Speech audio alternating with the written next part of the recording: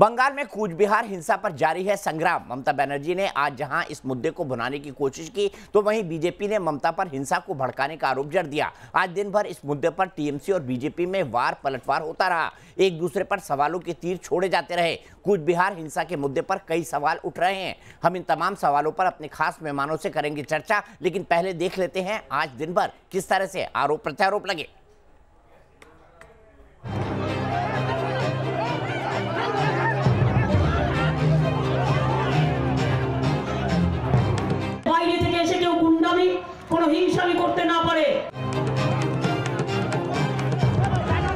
अगर आप वो भाषण न करती तो 4 युवा सीआरपीएफ पर हमला करने का हिम्मत करते क्या?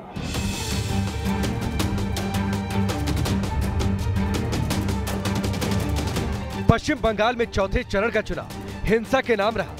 कूच बिहार के शीतलकुची में हिंसा की आग ने 4 लोगों की जान ले ली। बड़ा सवाल यह है कि आखिर ये नौबत क्यों आई और इसके लिए कौन जिम्मेदार है? ममता बनर्जी जो पिछले कई दिनों से केंद्रीय बलों को लेकर बयानबाजी कर रही थी, क्या कूच बिहार की घटना उसी का नतीजा है? उसी शीतलकुची सीट पर ममता दीदी ने कुछ ही दिन पहले भाषण किया था कि सीआईएफएस सीएपीएफ वाले आए तो उनको घेर लो, उन पर हमला करो। शीतलकुची में भले ही हिंसा की वारदात शनिवार को हुई हो, लेकिन वहां की फिजा में तनाव का माहौल बीते 4 दिनों से चल रहा था। 7 अप्रैल को कूच बिहार के नजदीकी इलाके में हुई रैली में ममता बनर्जी ने लोगों से सशस्त्र बलों के घेराव की बात कही थी।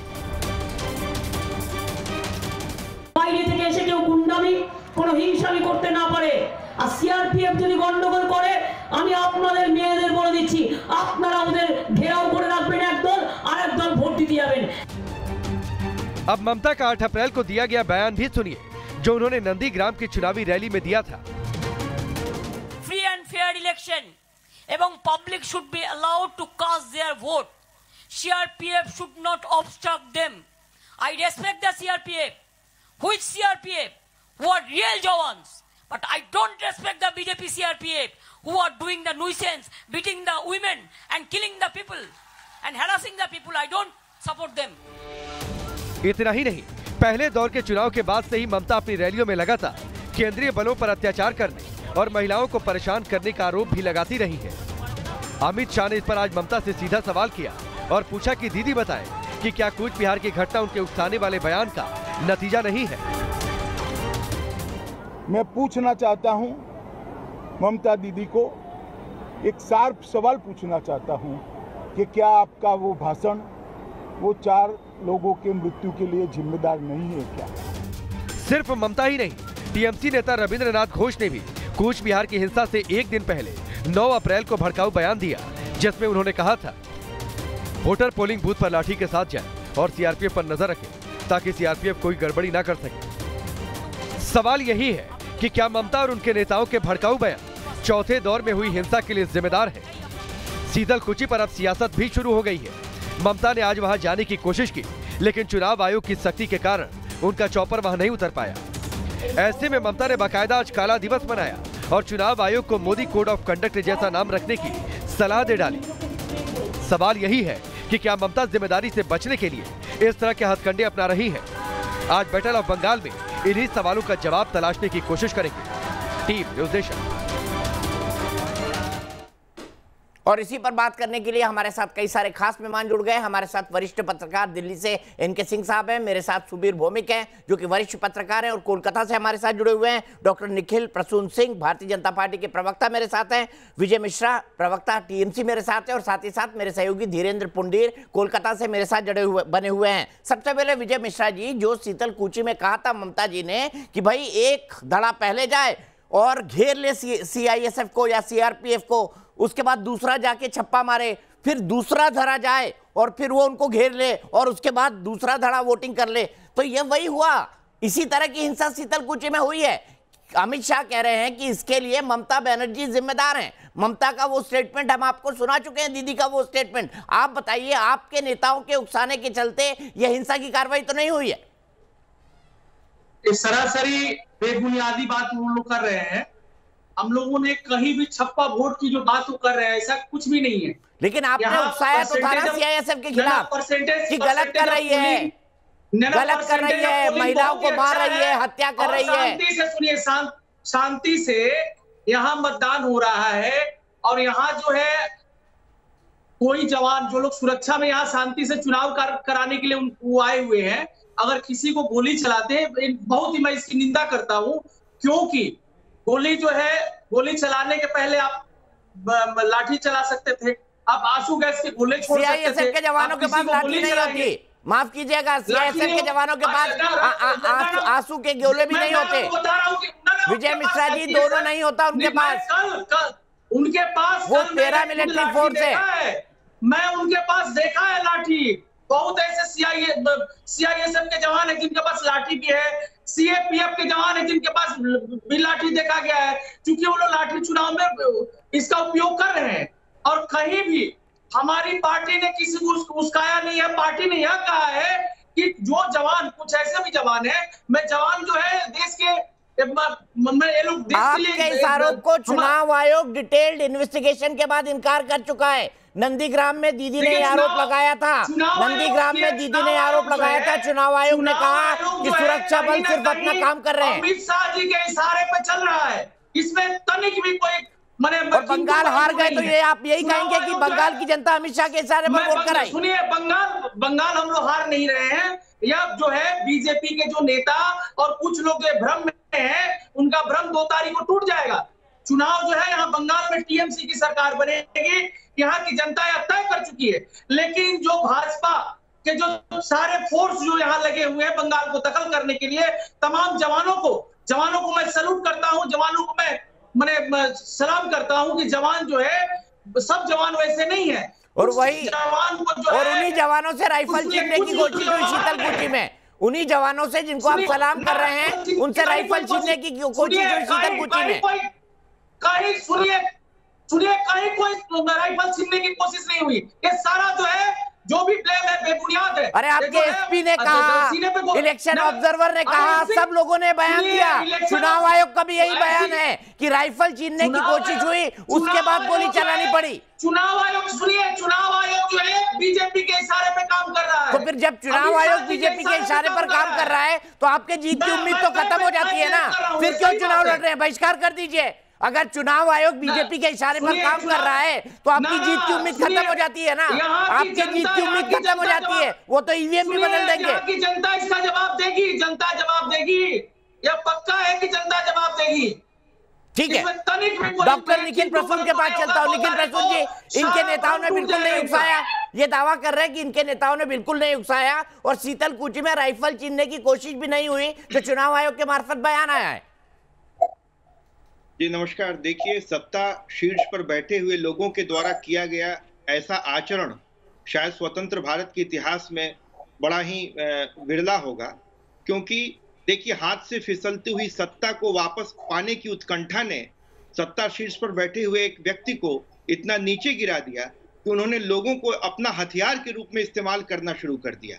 जिस तरह 7 तारीख को माननीय मुख्यमंत्री महोदया का बयान आया, ठीक उसी तरह कुछ घंटों के बाद ही उसी तरह लोगों ने सीआईएसएफ को घेरा और जब क्विक रिस्पांस टीम वहां पर आई तब एक तरह से उनसे छीनने की प्रक्रिया में लोग शामिल हुए और इसके बाद अंततोगत्वा सीआईएसएफ को यह बल इस्तेमाल करने के लिए मजबूर होना पड़ा। इस तरह गरीब लोगों को अपने हथियार के रूप में इस्तेमाल करके तृणमूल ने जो राजनीतिक पाप किया है उसका प्रायश्चित कदापि संभव नहीं है। इसलिए इस मामले की इलेक्शन कमीशन को उच्च स्तरीय जांच करनी चाहिए और इस बयान के माध्यम से जो लोगों में ऐसी भावना जागृत हुई उसका भी अनुसंधान होना चाहिए, ताकि भविष्य में कोई भी राजनीतिक व्यक्ति या नेता ऐसी हिमाकत ना कर सके जिससे कि लोगों को इस तरह उकसाया जा सके और लोगों को अपनी राजनीतिक जो हिंसा है उसका शिकार बनाया जा सके। आप देखिए, एक के बाद उनका एक मंत्री भी हैं जिन्होंने, आपने बताया कि आपने जो कहा जो नॉर्थ बंगाल के, उन्होंने ये कहा कि लाठी लेकर के आप सीआईएसएफ के साथ जाइए। उससे पहले भी जो भी केंद्रीय संस्था है, चाहे इलेक्शन कमीशन हो, चाहे सुप्रीम कोर्ट हो, चाहे सीएजी हो, चाहे सीबीआई हो, चाहे ईडी हो, सब पर आपका विश्वास है। आप चुनाव की प्रक्रिया में इतना ज्यादा आप अविश्वास करते, पूरे देश पर आपका विश्वास है और अब तो तो की जनता भी आपका भरोसा उठ ठीक है, को साजिश बताती हैं और इस तरह से एक तरह से पॉलिटिकल थिएटर क्रिएट कर दिया गया है। ठीक है, हम लोग घोर मैं सीधे विजय मिश्रा जी के पास फिर चलता हूं। विजय मिश्रा जी, आरोप अमित शाह ने यह भी लगाया है कि जो आनंद बर्मन जिनकी मौत जो है पोलिंग स्टेशन के अंदर हुई, जिसके बाद ये हिंसा फैली, उसको ममता दीदी ने फोन नहीं किया, लेकिन 4 जो दूसरे मजहब के लोग हैं, 4 जिनकी पुलिस फायरिंग में मौत हुई, ममता दीदी ने अपना वोट बैंक बनाने के लिए, मुस्लिम तुष्टीकरण के लिए उनको तो फोन कर दिया, लेकिन आनंद बर्मन के परिवार से बात करना उन्होंने उचित नहीं समझा। क्या वो बंगाल के निवासी नहीं है? हमारे लोकल जो वहाँ के टीएमसी के नेता हैं और ये अमित शाह जी जो है, इनका जो भी ब्लेम है वो सारा सही माने गलत है। अरे भाई, ममता जी ने आनंद बर्मन के परिवार से बात क्यों नहीं की? मैं सिर्फ ये जानना चाहता हूँ, ममता बनर्जी जी ने आनंद बर्मन के परिवार से बात क्यों नहीं की? जिसमें लॉकेट चटर्जी के साथ और बर्तन में चुचुड़ा से कर रही है, उसका वीडियो फुटेज मेरे पास है, मैं दे दूंगा अभी, अगर आप कहें तो। आनंद जी, मैं इनसे भी यही सवाल, लॉकेट चटर्जी का सवाल मैं इनसे पूछ लूंगा। मुझे ये बताइए, आनंद बर्मन के परिवार से ममता बनर्जी ने वीडियो कॉल क्यों नहीं किया? 4 मुसलमान बच्चों के परिवार से वीडियो कॉल क्यों किया जिनको सीआईएसएफ की गोलियां लगी? सुनिए, ऐसी कोई बात नहीं है। अच्छा, तो मुझे बता दीजिए कि नहीं, ममता बनर्जी ने आनंद बर्मन के परिवार से भी बात की? जो है वोट पोलराइज करने के लिए इसको जो है ऐसा षड्यंत्र कर रहे हैं, ऐसी कोई बात नहीं है। इनका एक सांसद जो है अपने गाड़ी का कांच तोड़ रहा है, उसका वीडियो फुटेज है हमारे पास, और इन लोगों के पास कुछ है नहीं। इन लोगों ने तो बंगाल के लिए कुछ किया नहीं। किसी भी तरफ वोट को पोलराइज करो, ऐसा ये लोग राजनीतिक खेल खेल रहे हैं। ठीक है, सीधे मैं इसी बात को लेकर डॉक्टर निखिल प्रसून के बाद चलता हूं। डॉक्टर निखिल प्रसून, जानबूझ के हिंदू मुसलमान में बांटने की कोशिश कर रहे हैं, इसीलिए अमित शाह जी ने आरोप लगाया कि भाई आनंद बर्मन के घर तो नहीं गए जिसकी मौत हुई पोलिंग बूथ के अंदर, और जो 4 मुसलमान लड़के मारे गए उनके घर से वीडियो कॉल कर लिया ममता बनर्जी ने। क्या इसके पीछे भी राजनीति है? यह आरोप मेरा नहीं, अमित शाह जी का है। बड़ी एक दुर्भाग्यपूर्ण घटना हुई, जो हमारा फर्स्ट टाइम वोटर आनंद बर्मन, जो कि भारतीय जनता पार्टी का कार्यकर्ता था, उसकी जो हत्या कर दी गई, उससे आपने मुलाकात नहीं की। एक तरह से ये इस घटना को इंगित करता है कि आप समूचे घटना एक सांप्रदायिक एंगल खुद दे रही हैं। आपने यहाँ के मुसलमानों को अनब्लॉक वोट देने की अपील की कि आपके मतों का बंटवारा नहीं होना चाहिए। चुनाव आयोग ने आपको इस पर नोटिस भी भेजा। आपने यहाँ के इमामों और मुअज्जिनों को भत्ते देने की घोषणा की। आप यहाँ पर खागड़ागढ़ का बम विस्फोट होता है, धूलोगढ़ में, बशीरहाट में और अन्य जगहों पर हिंसा होती है, उसका अन्वेषण नहीं होता, कालियाचक इत्यादि में।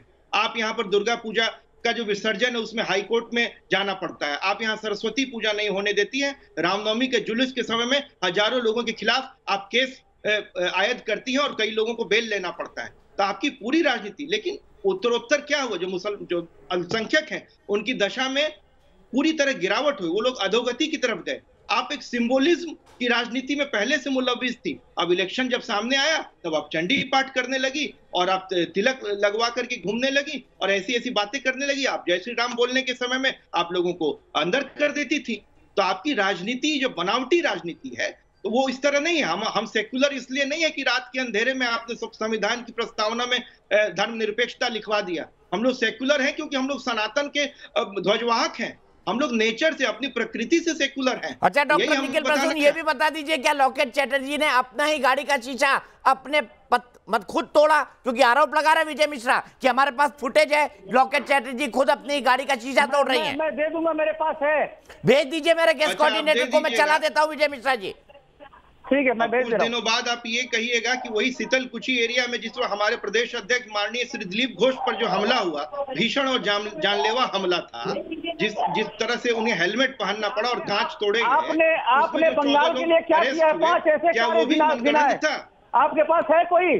बंगाल के लिए आप लोगों ने 7 वर्ष में क्या किया? 5 काम गिनाइए, बताइए जनता को कि हमने बंगाल के लिए 5 ऐसे कार्य किए। 18,000, सुनिए, पहला आप केंद्र सरकार को, केंद्र सरकार ने जो 8400 करोड़ रुपया यहाँ के किसानों के लिए दिया था, उनके अकाउंट में आपने घुसने नहीं दिया। 1900 करोड़ रुपया जो जल जीवन मिशन का था, उसे खर्चा नहीं किया। 1000 करोड़ रुपया जो अम्फन का आया। दिसंबर में बैंक का सारा डिटेल हम लोगों ने भेजा है। आपने नहीं दिया। ऐसा नहीं, एक चिट्ठी लिखा था, केवल एक चिट्ठी लिखा था आपने।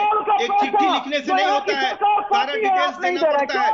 और सुनिए, जो जल जीवन मिशन है उसका आपने 1900 करोड़ रुपए का इस्तेमाल नहीं किया। अम्फन में जो 1000 करोड़ रुपए है उसे आपने बर्बाद कर दिया। जो आयुष्मान भारत योजना है उसे आपने लागू नहीं किया। 25,000 करोड़ रुपए का जो रोड है, जो नेशनल हाईवे में 25,000 करोड़ रुपए हम लोग इन्वेस्ट करने जा रहे हैं, 20,000 करोड़ रुपए हम लोग कलकत्ता के लिए करने जा रहे हैं।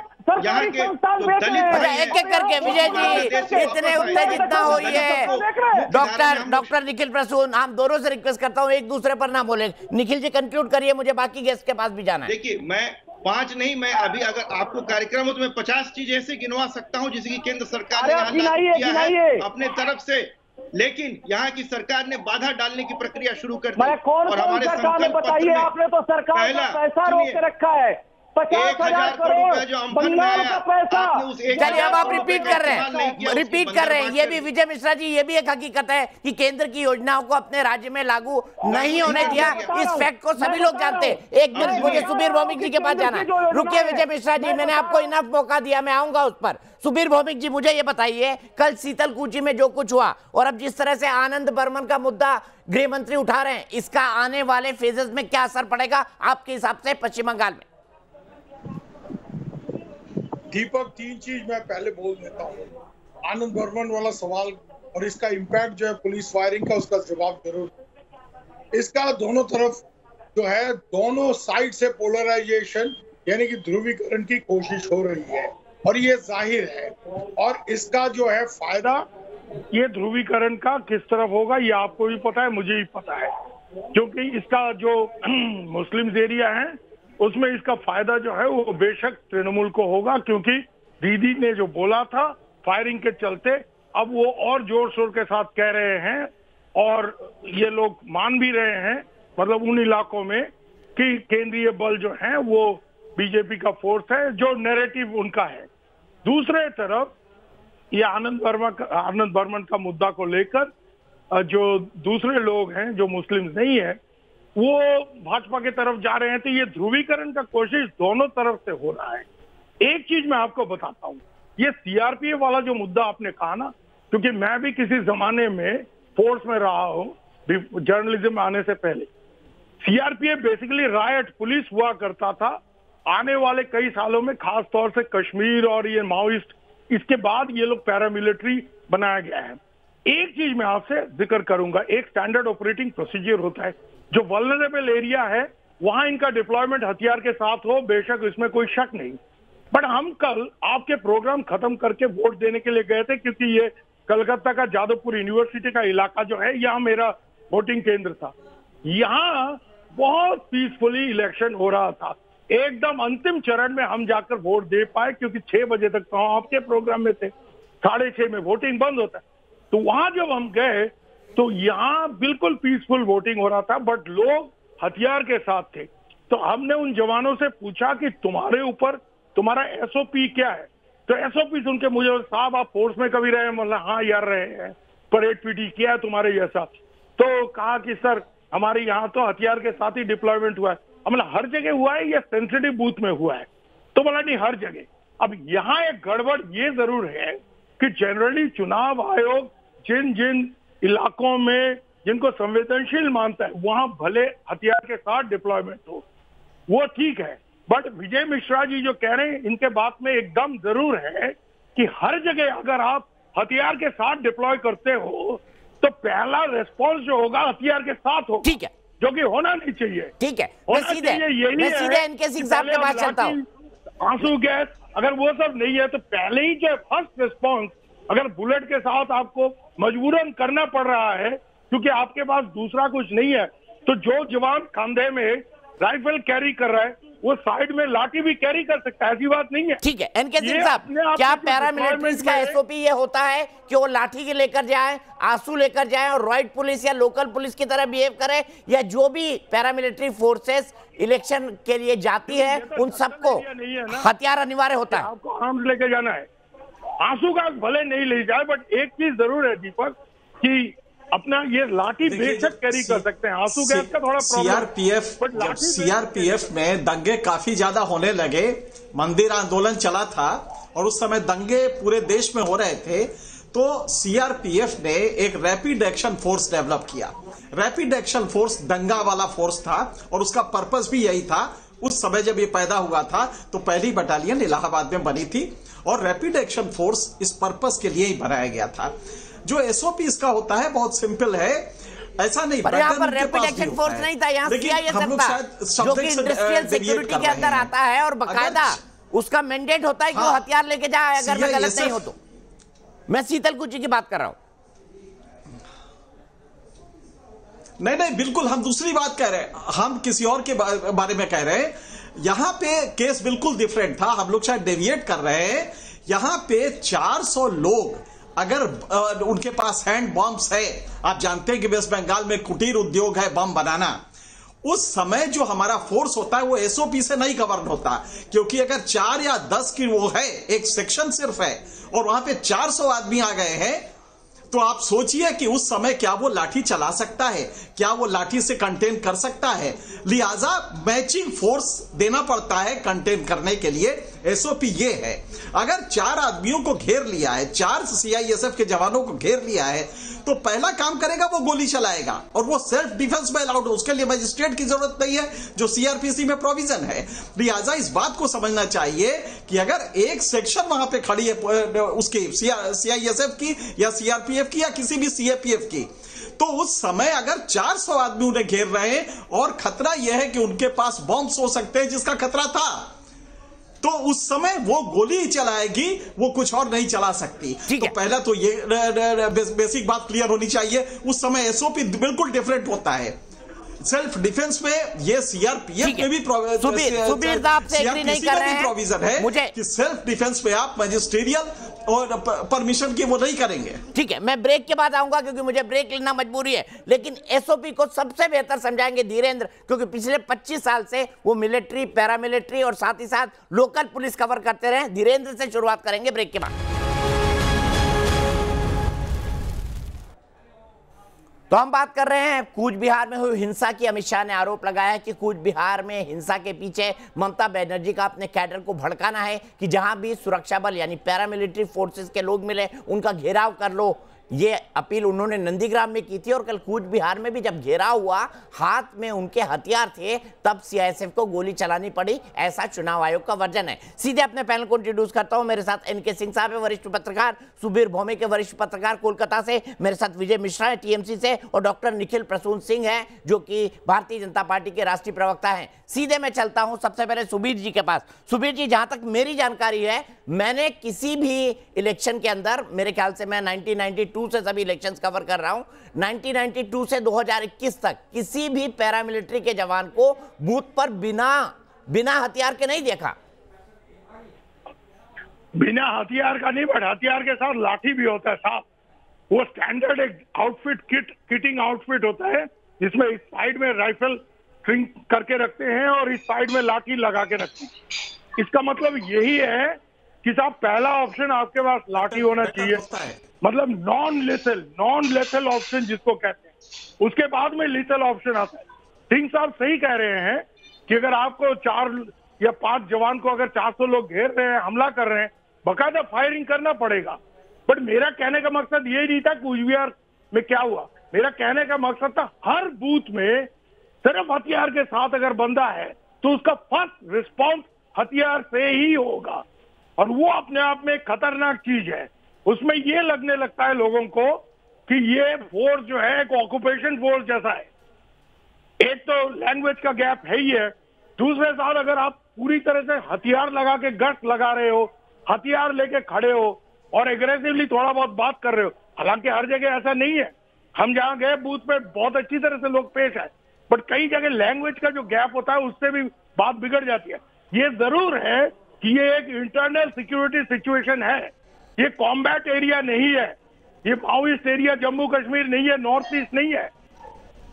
यहां पर अगर सिर्फ हथियार के साथ डिप्लॉयमेंट होता है तो उसमें खतरा ये जरूर रहता है कि ओवर किल या ओवर रिस्पॉन्स। मैं सियालकुची की बात बिल्कुल नहीं कर रहा हूं, और जो कल धीरेन ने रिपोर्ट किया था बिल्कुल परफेक्ट रिपोर्ट था।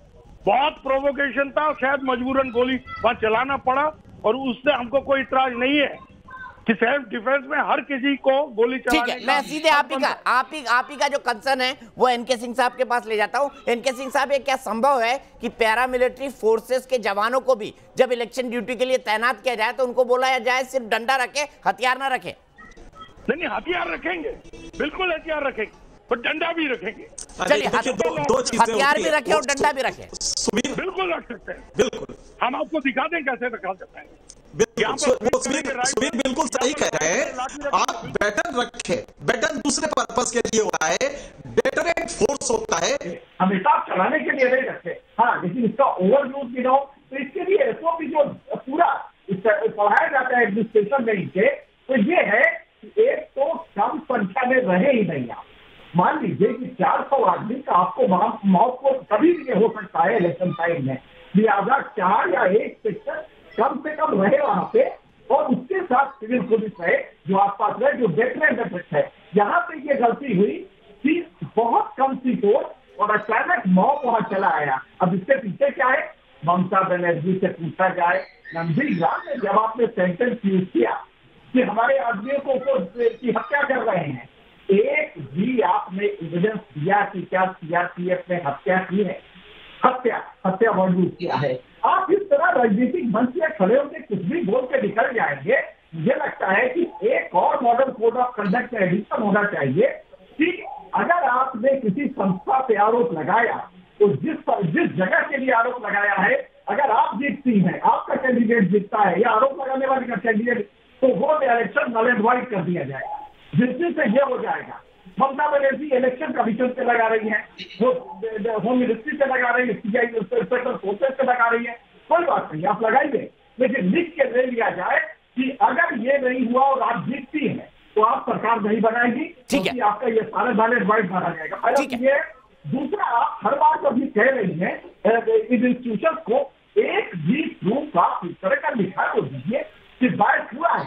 आप इंस्टीट्यूशन को डिमोलिश कर दे रही हैं, आप कहती हैं उनको घेर लो, आप जैसे ही घेर लो करेंगे तो जो लुमसम एलिमेंट है वो लुमसम एलिमेंट वाकई उसमें चले जाएंगे उस वोट में, और उस दिन ये गोली चलानी पड़ेगी कि कॉन्फिडेंशियल अपील है। ठीक है, और ये सीक्वेंस बदलना चाहिए। सीधे धीरेन्द्र के पास चलता हूं। क्या धीरेन्द्र, जो पैरामिलिट्री फोर्सेस होती है वो हथियार के साथ अपने पास लाठी भी रखती हैं, और क्या पैरामिलिट्री फोर्सेस को ये भी ट्रेनिंग होती है कि नहीं भाई पहले लाठी का इस्तेमाल करो, स्टैंडर्ड ऑपरेटिंग प्रोसीजर्स को देखो? और दूसरी बात, क्या बिना हथियार के भी पैरामिलिट्री फोर्सेस को तैनात किया जाता है पोलिंग बूथों पर, शांतिप्रिय पोलिंग बूथों पर? मैं ये कह दूं, देखिए, नहीं, ये सारे सेंसिटिव बूथ थे दीपक जी, ये पूरी क्लैरिटी के साथ था कि इनको हथियार के साथ वहाँ रहना है।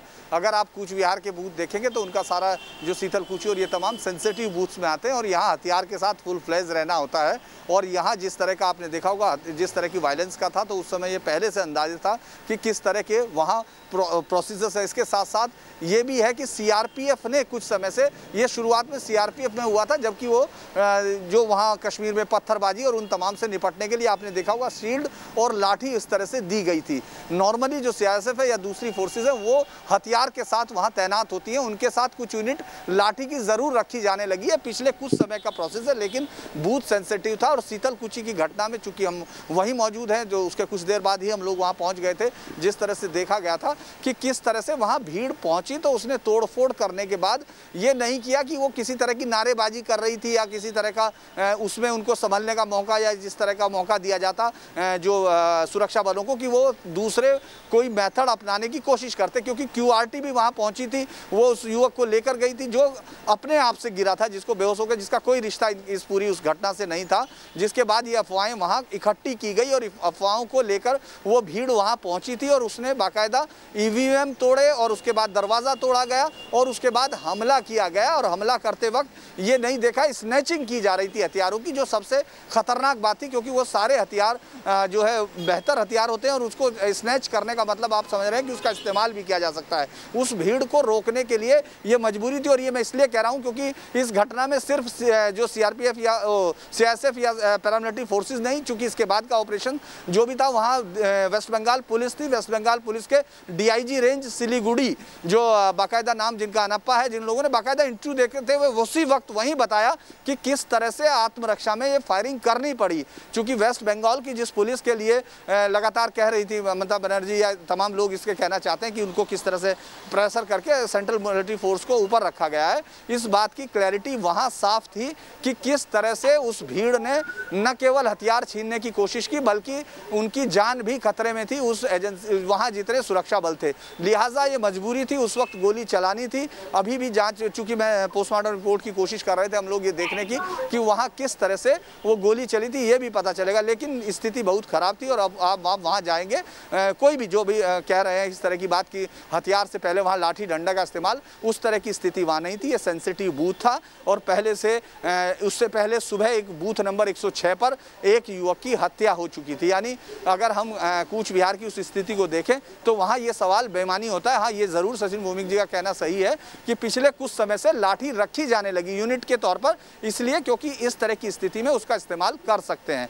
दीपक जी, ये बात थी। अगर हम इसकी बात करते हैं प्रोसीजर्स की, और एक बात जो मैं ज़रूर शेयर करना, मतलब मुझे लगता है कि ये जो बयानों की बातचीत हो रही है मैं उस पर ज़रूर बात करने की कोशिश करूंगा कि बंगाल में इस तरह के बयान देते वक्त हम लोग ये भूलते हैं कि बंगाल के बयान, चूंकि जिस तरह का बयान दिया जाता है उसमें हो सकता है आप चुनाव आयोग के या अदालत के उससे मैसेज से बाहर आते हों, लेकिन जिस तरह की हिंसा बाद में आपके बयान से होती है क्योंकि आपका समर्थक ये नहीं जानता कि इसका मैसेज क्या है। इसी बंगाल में मैं इससे नहीं जोड़ रहा हूँ, लेकिन सिर्फ जो पॉलिटिशियंस जो सत्ता में बैठते हैं उनको ये समझना होता है कि 16 अगस्त 1946 में डायरेक्ट एक्शन डे को आप कोर्ट में किस तरह कह सकते थे और यहाँ किस तरह उसका मैसेज गया था। उसी तरह का मैसेज जिस तरह से पैरामिलिट्री फोर्सेस पर हमले की बात है, सीधे तौर पर मतलब बिना किसी उसके लाग लपेट के, हो सकता है वो अपने आप को बता सके कि हम किस लिए कह रहे हैं, लेकिन मैसेज समर्थकों तक यही जाता है जो कल दिखाई दिया। जब घेरने की बात कही थी तो बकायदा कहा था ममता बनर्जी ने, आप चाहे तो विजय मिश्रा आपको मैं बाइट सुना सकता हूं, जिसमें उन्होंने कहा था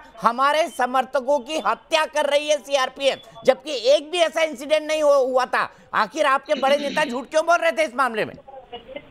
सबसे बड़ी बात है कि जो अपने धीरेन्द्र जी जो बात बोल रहे हैं अभी दीपक बाबू, गोली जो है पैर में भी चलाई जा सकती, गोली सीने में और सर में नहीं, हवाई फायर भी किया जा सकता है। सर, हवाई फायर 3 बार किया गया वहां, आपको जानकारी नहीं है? तो आप डायरेक्ट अगर सीने में गोली चलाई जाए, ठीक है, डायरेक्ट सर में गोली चलाई जाए।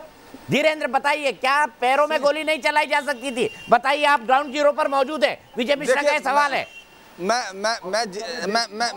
मैं इसलिए विजय जी मेरा सिर्फ ये कहना, क्योंकि जो भी मारे गए, सुनिए विजय जी, मैं सिर्फ ये कहना चाहता हूँ कि चुनावी हिंसा में अगर हो आपका कल के घटना का जिसमें सीआरपीएफ या सीएपीएफ अगर घिरे हुए हो, अगर आप दिखाए तो पिक्चर क्लियर हो जाएगा, अगर आपके पास है तो।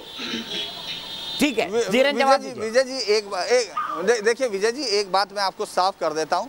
विजय जी, मैं एक बात आपको साफ कर देना चाहता हूं कि हमारा किसी को इस तरह घेरने का कोई मतलब नहीं। हम सिर्फ उस इंसिडेंट को बता रहे हैं और जांच के आधार पर ये बात कर रहे हैं, क्योंकि हमारे पास अभी यही मेथड है कि किस तरह से जो आपकी वेस्ट बंगाल पुलिस का क्या कहना होता है उसके आधार पर, या फिर इलेक्शन कमीशन को जो ऑब्जर्वर्स रिपोर्ट देते हैं, ये एक जर्नलिस्टिक एटीट्यूड है और इसी को हम जानते हैं। दूसरा मैं आपको बताने की कोशिश कर रहा हूँ, सुन लीजिए, आप सुन लीजिए आपकी वास्तविकता क्या है। आप फिर विजय जी सुन लीजिए ना, वो ग्राउंड जीरो पर इतना सम्मान तो कर दीजिए। आप ये बताइए, उनका कहना है कि पांव पर गोली क्यों नहीं चलाई गई? धीरेन्द्र इसका जवाब दे दीजिए, बाकी नहीं।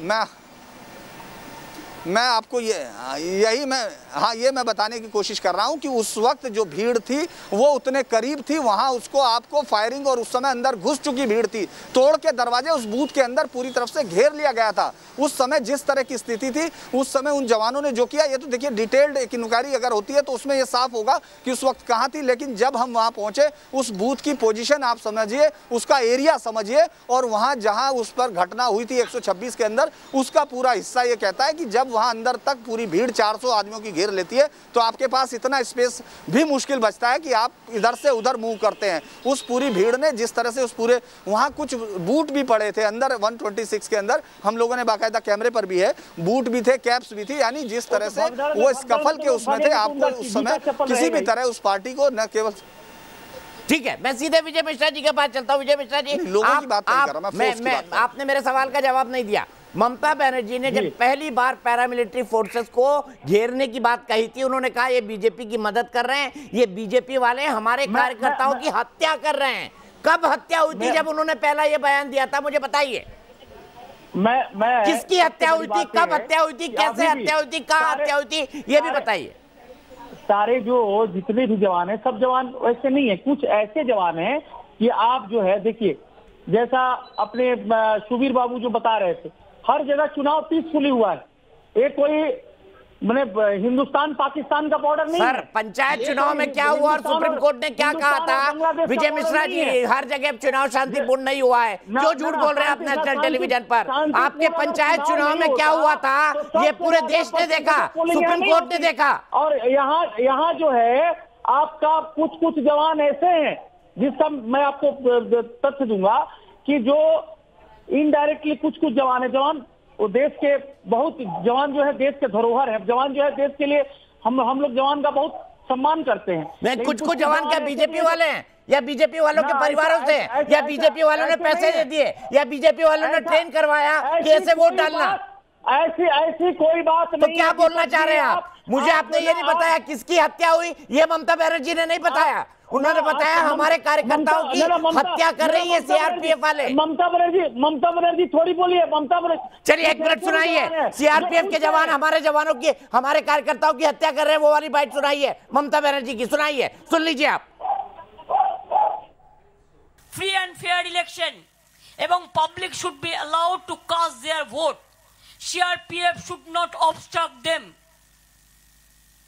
not to allow them or to enter the voter center, voting center. ওরা কিন্তু CRPF is doing the nuisance. I respect the CRPF.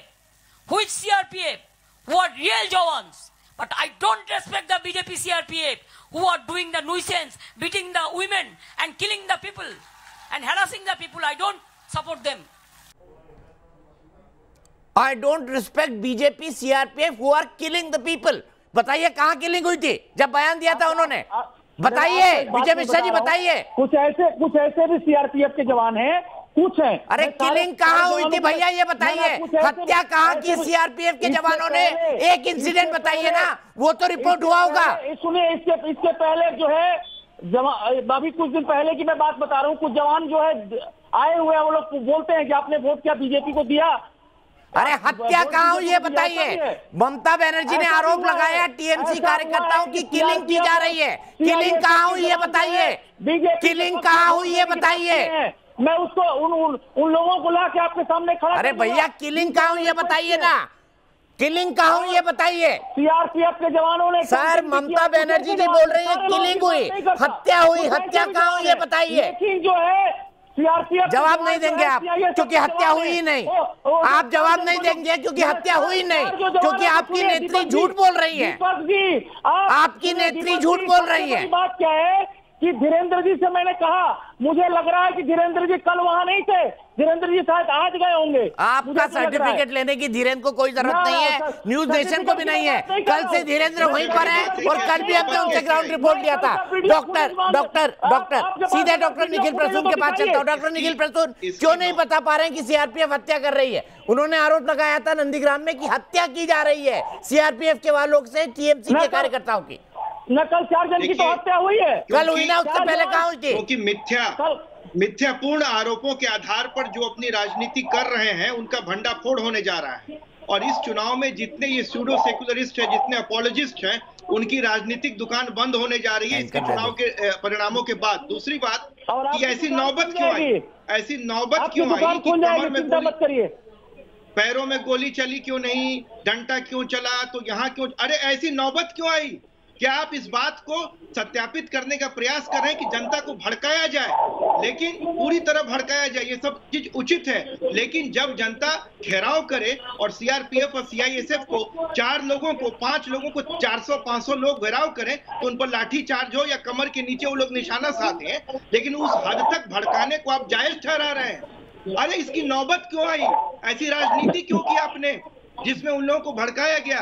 उन लोगों को एक तरह से आपने राजनीतिक कठपुतली की तरह इस्तेमाल किया, जा करके लाइन ऑफ फायर में खड़ा कर दिया उन लोगों को, और ताकि उनके क्रोध का निशाना बने। आपने सीआईएसएफ और सीआरपीएफ पर हमले की घोषणा की, आप पर 124 की धारा लगनी चाहिए। ये तो एक तरह से सेडिशन एंड ट्रीजन एक्ट की बात आती है, इसमें एक सरकारी कर्मचारी या एक जवान को अपने कार्यों को संपादित करने में जो एक सेक्शन 186 है उसकी भी धारा आती है।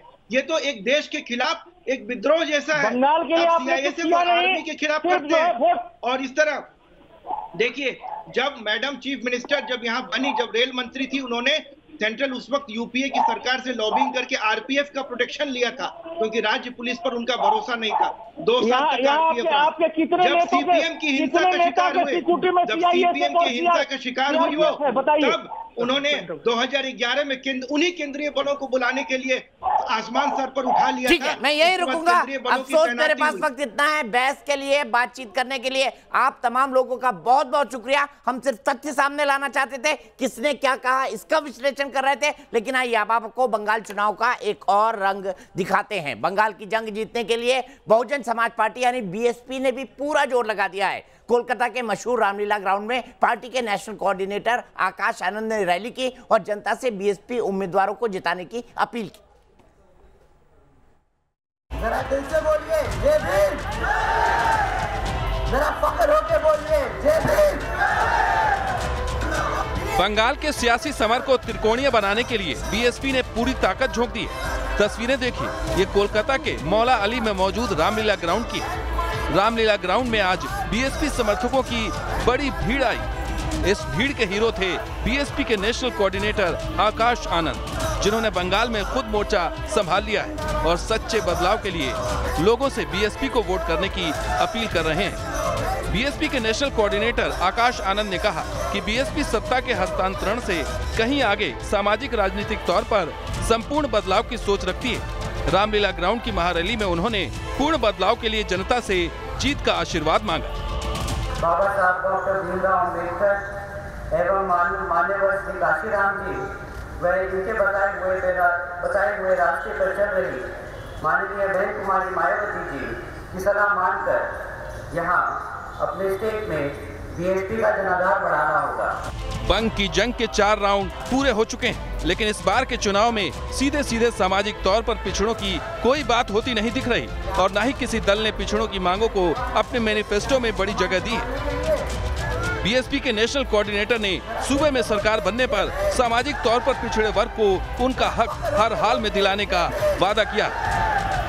मजदूर, छोटे व्यापारी, कर्मचारी एवं मेहनतकश लोगों को भी लाभ दिलाना चाहते हैं तो फिर आप लोगों को बाबा साहब डॉक्टर भीमराव अम्बेडकर एवं मान्यवर श्री काशीराम जी व इनके बताए हुए रास्ते पर चल रही माननीय बहन कुमारी मायावती जी की सलाह मानकर यहाँ अपने स्टेट में बीएसपी का जनाधार बढ़ाना होगा। अब आया ना मजा? लग रहा है हाथी उठने वाला है इधर। इस बार के चुनाव में आकाश आनंद ने बीएसपी की तरफ से खुद मोर्चा संभाल रखा है। इससे पहले तमिलनाडु में भी आकाश आनंद खुद एक कैंडिडेट को मिशन मोड में काम करने की टिप्स दे चुके हैं। अब बंगाल में बीएसपी उम्मीदवारों की जीत के लिए उन्होंने पूरी ताकत झोंक रखी है। आकाश आनंद की रैली में आज जिस तरह से भीड़ उमड़ी है वो देश भर में उनकी बढ़ती लोकप्रियता को दिखा रही है। Team news nation. तो बैटल ऑफ बंगाल में आज के लिए इतना ही। कल शाम 5 बजे फिर मिलेंगे, लेकिन तब तक न्यूज़ नेशन पर खबरों का सिलसिला लगातार जारी है।